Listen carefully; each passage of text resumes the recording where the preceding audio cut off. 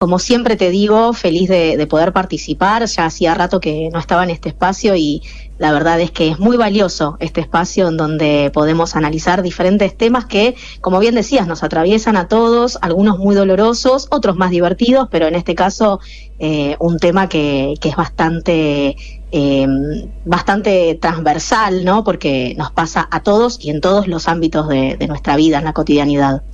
Y la verdad que con las últimas noticias, por eso decía, nos duele a todos. El caso Morena, el caso del doctor que fue asesinado, mucha violencia social, en todos los ámbitos, ¿no? Porque uno dice, desde la delincuencia, desde lo que uno vive como inseguridad, hasta otras problemáticas que también son dolorosas, como dijiste, y nos atraviesan a todos en cualquier ámbito y en cualquier aspecto. Sí, exactamente. La realidad es que nos han hecho creer históricamente y incluso desde las ciencias, ¿no?, que nosotros, las sociedades, y que la característica innata del hombre, de las personas, de los sujetos sociales, era que somos violentos, ¿no? Entonces nos han justificado discursos de odio diciéndonos que, bueno, que nuestra naturaleza humana es esta, nosotros somos violentos porque así hemos logrado sobrevivir. Y esto es una mentira, es un mito que se ha demostrado también científicamente, que si nosotros logramos sobrevivir como especie, es justamente porque no somos seres violentos, sino que somos seres empáticos y que somos seres justamente sociales y que hemos podido desarrollar la cooperatividad, la ayuda, ¿no? Lo que nos hace humanos es justamente estas características, lo que nos hace diferente de otras especies que han desarrollado su naturaleza en base a la supervivencia, que sí es la violencia. ¿Por qué digo esto? Porque me parece muy, muy importante entender que la violencia no es un fin en sí mismo, sino que es justamente una imposibilidad, es decir, es una falla de la humanidad, la violencia. La violencia no es una persona es violenta desde que nace, una persona desarrolla la violencia para supervivencia o para desarrollarse como sujeto social, sino que es todo lo contrario, que en realidad surge frente al no saber resolver las situaciones, y obviamente situaciones que muchas veces nos trascienden y que no tienen, forma de resolución, ¿no? Porque también hablamos de la vulnerabilidad y la marginalidad. Tal cual, pensaba en el contexto, ¿no?, en el cual uno se cría, uno se va adaptando y a los códigos que uno maneja, ¿no?, con ese contexto. Y no solo eso, pensaba en las herramientas cuando decís, es lo que están acostumbrados, los violentos están acostumbrados a eso, a reaccionar de esa manera. No tienen otras herramientas, porque no les han enseñado, porque no las tuvieron, porque nadie se las acercó. Exactamente, principalmente porque es un fenómeno multicausal. O sea, nosotros a veces prendemos la tele y escuchamos gente hablando de, bueno, la violencia es por la droga, la violencia es por la falta de educación, la violencia es por los amigos, la violencia es por la familia. La realidad es que tiene que ver con todo esto. Influye en todos los atravesamientos de toda la vida cotidiana. Es cultural, es vincular, es educativo, son todas las condiciones concretas en donde la persona se desarrolla y vive su cotidianidad. Y esto que vos decís es fundamental porque, a ver, yo no puedo en este momento ponerme a hacerle frente a cada persona violenta, porque digo, vamos desde el asesino, el delincuente, hasta la persona que se pelea con el cajero del supermercado. Digo, la violencia está en todos los formatos, está en el trabajo, está en las familias. No es lo mismo un rapto emocional en la calle porque se me cruzó un auto, entonces descargo todas esas emociones que no pude tramitar con la persona que se me cruzó en el auto porque hizo una mala maniobra, entonces terminan peleándose y terminan a las trompadas o a los gritos. Hay un montón de formas de las dinámicas de violencia.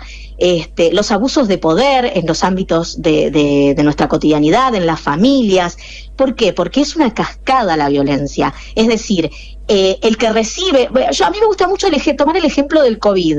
A ustedes me dicen, si vos me vas diciendo si me voy perdiendo. No, está bien. Cuando empezó el COVID, decíamos que una gotita de saliva podía contagiar a 10 personas. Y que esas 10 personas se iban a otros ámbitos y contagiaban a otras 10 personas con sus gotitas de saliva.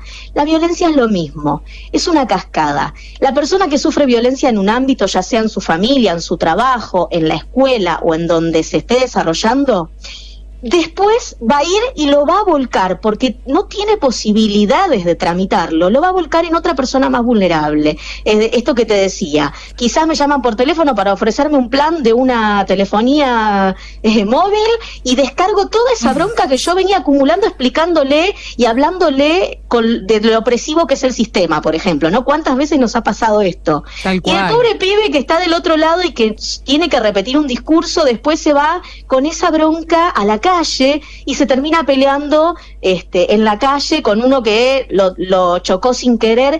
Y esta es la cascada de violencia, es porque justamente no nos enseñan a gestionar nuestras emociones, no nos enseñan que el otro no es un enemigo. Esto, bueno, obviamente en esta temporada, en esta época, se ve muchísimo más a flor de piel porque también estamos atravesando las elecciones. No voy a romper la veda electoral, pero lo que quiero decir es justamente esto, pensar que el otro no es un enemigo. Y cuando hablo del otro, hablo de los ciudadanos, trabajadores, no estoy hablando de las altas jerarquías que por supuesto tienen otras dinámicas de poder y de violencia. Hablo de los que necesitamos de nuestra fuerza de trabajo, claro, para subsistir día a día. Estamos claro, terminamos en la misma plataforma, digamos, los laburantes, los que están arriba, no saben lo que es tener problemas de índole del trabajador actual, que no llega a fin de mes. Ellos llegan porque están en otra plataforma. Como decís vos, están arriba y nosotros estamos en el mismo plano y sin embargo no toleramos al otro con su opinión distinta, nos terminamos peleando por los que ni se enteran que nosotros nos peleamos por ellos, o sí, y disfrutan, o les da lo mismo. Entonces sí, claramente, no vamos a hablar de política, pero en todos los planos vemos eso, ¿no? Que nos estamos matando entre nosotros y en realidad la fuerza que deberíamos hacer es para luchar contra los que están pisándonos y están en otra plataforma mucho más alta que nosotros, los que nos manejan, ¿no? Como país, como todo sistema. Y volviendo a lo que me decís de la violencia y de la cascada, pensaba, ¿no? ¿Dónde gestionamos las emociones? Porque yo pensaba, primer plano, la familia, pero en segundo lugar, el ámbito escolar. Pero los docentes, yo, bueno, docente en formación, la verdad que es triste tener que ver en el aula chicos que de verdad vienen con mucha violencia desde su contexto, ya sea familiar, de amistad, sus círculos, sus relaciones. Y la verdad duele porque uno no es el que se debe hacer cargo de eso, ¿entendés? Estamos para enseñarles, no para educarlos, porque educarlos vienen desde su casa, ¿no? La educación tiene que ver con los modales, con todo eso.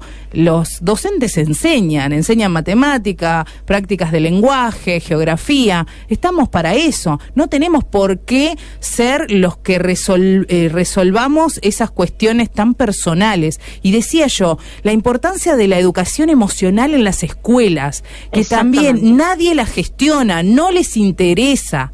A nadie le interesa que un chico reciba educación emocional para gestionar lo que le pasa, lo que siente. Y es tristísimo, porque lo que estoy diciendo ahora no es de ahora, es desde siempre. ¿Cuándo van a pensar que la violencia que se vive en las calles las podemos gestionar también en el transcurso de la escolaridad? No están pensando en eso, están pensando en otras cosas. Es el primer paso, ¿no? Y es tan importante, digo, que pongamos las cosas donde tienen que estar. Y la verdad que es re triste, como docente te lo digo, ver en el aula tantas problemáticas juntas y sentir que no tenemos las herramientas como docentes para ayudarlos a todos y para brindarles algo mejor a los chicos, porque no las tenemos. ¿Y quién gestiona eso? Por suerte, esto es algo que hoy se está debatiendo. Digo, como vos decías, esto es algo que trae muchos años de arrastre. Hoy se está empezando a poner en palabras la necesidad de la educación emocional. Es verdad que falta muchísimo por recorrer, pero hay muchas instituciones y muchos ámbitos en donde ya se está empezando a trabajar sobre distintos modelos de educación emocional y de gestión emocional, no solo en los ámbitos, porque por supuesto el ámbito educativo es el principal porque es la base de la constitución de la subjetividad de los chicos. Más allá de, vos me decías esto de, bueno, vienen de la casa. Claro que vienen de la casa, sin embargo, recaen ustedes porque, exacto, por supuesto que ustedes cuentan con herramientas pedagógicas que los padres muchas veces no tienen. Entonces está buenísimo que esta educación emocional también trabaja sobre el vínculo entre los docentes y las familias, porque también pasa mucho esto, y ha pasado históricamente, ¿no? La desconexión, los padres vienen, dejan al chico y después se va, y como si fueran dos mundos distintos y no la continuidad de la educación de los niños y niñas. Y también vemos volcado la violencia cuando yo hace poco estuve hablando con un docente que pidió licencia porque los padres de un alumno al cual desaprobó fueron a maltratarlo. Sí. Pidió licencia psicológica. Digamos, eso pasa y volvemos a la cascada de la violencia, de cómo uno no gestiona las emociones, ni en su casa, ni afuera, ni en el trabajo. Digamos, estamos en un mundo donde nos llevamos puesto todo por delante y no vemos la cuestión de verdad importante, y por eso digo, bien dijiste vos, se está tratando la educación emocional en muchos ámbitos. Me gustaría que sea más, obviamente, como decís vos, es lo ideal, pero bueno, se está trabajando. Ojalá llegue a donde tiene que llegar, porque de verdad lo estamos necesitando. Yo hablo desde mi lado docente, pero comunicadora también, digamos. Déjame agregar una cosa chiquitita que tiene que ver con lo que decías vos al principio. Esta cuestión de el contexto, ¿no? Las situaciones, las condiciones del contexto de la persona, la que la persona vive. Es muy difícil pedirle a una persona que tiene su energía puesta en la supervivencia, en sobrevivir en el día a día, pedirle que además pueda gestionar sus emociones. Tal cual. Entonces, lo primero es resolver las necesidades de la gente. Por eso digo, las políticas públicas son la clave. Las leyes, pero que además las leyes se cumplan, ¿no? Por supuesto, porque tenemos un montón de leyes contra la violencia y a veces no las vemos reflejadas en la sociedad. Entonces, las políticas públicas para poder gestionar la vida de las personas, para que la gente pueda tener calidad de vida y en lugar de poner la energía en la supervivencia diaria, también en poder vivir bien, no solo sobrevivir, sino poder vivir bien. Me quedo con esas palabras, porque de verdad, como decís vos, si los que tienen que hacer algo no lo hacen, no va a cambiar nada, ¿entendés? Exacto. Entonces, las políticas públicas son necesarias, son fundamentales y se deben realizar como tienen que ser. Pero bueno, nos quedamos con eso, ha sido un placer escucharte.